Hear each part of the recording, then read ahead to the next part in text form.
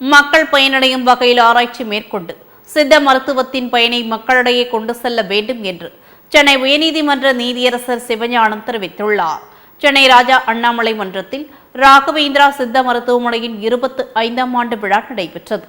விழாவில் காவல்துறை இயக்குநரும் சிறைத்துறை தலைவருமான சுனில்குமார் சிங் இவர் பங்கேற்று வாழ்த்துரை வழங்கியதுடன் சிறப்பு பரிசுகளை வழங்கினார்.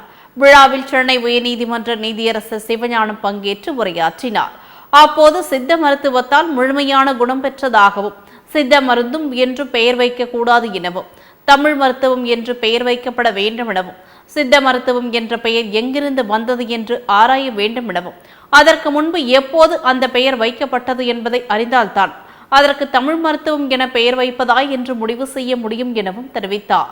மேலும் மக்கள் பயனடையும் வகையில் ஆராய்ச்சி மேற்கொண்டு சித்த மருத்துவத்தின் பயனை மக்களிடையே கொண்டு செல்ல வேண்டும் என்றும் சென்னை உயர்நீதிமன்ற நீதியரசர் சிவஞானம் தெரிவித்துள்ளார்.